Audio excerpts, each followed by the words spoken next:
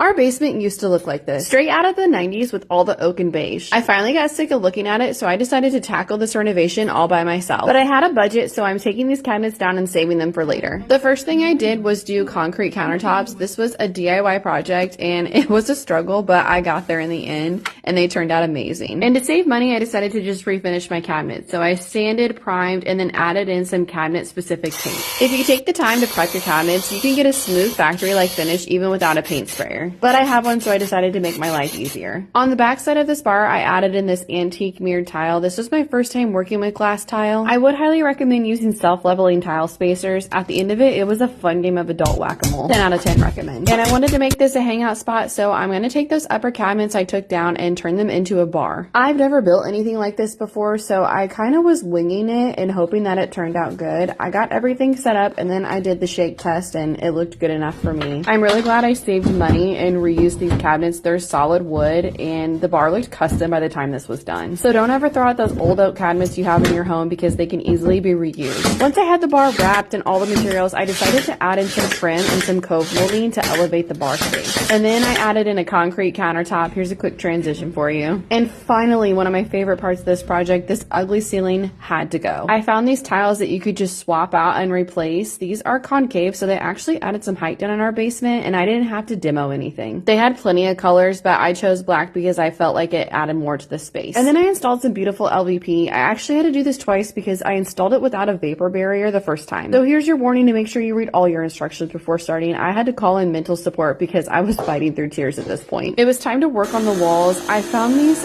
faux brick panels that are like a 3D texture, and I wanted them to look as authentic as possible. So I ended up cutting all the edges to do this cookie cutter method so they looked like real brick. This isn't necessary, but I do feel like it made the brick look more authentic. And then I spent about 2 weeks grouting my life away between every single brick. Yes, this was a lot of work, but oh my gosh, did it make it look so good. I finished about 3 audiobooks in this time. Okay, hang in with me because I'm about to show you the final reveal. Here it is. This is the finished bar space. I absolutely love how this all turned out. I did somehow convince myself that this project would only take me about 3 or 4 months, and in the end it took me close to 10. There are some things I miss showing, like the floating shelves I built and all the trim along the walls, but it's hard to cram 10 months of work into one video. Our basement is no longer stuck in the 90s, and it's become the perfect spot to have all our friends come over and hang out. So what do you think? Would you try this in your home?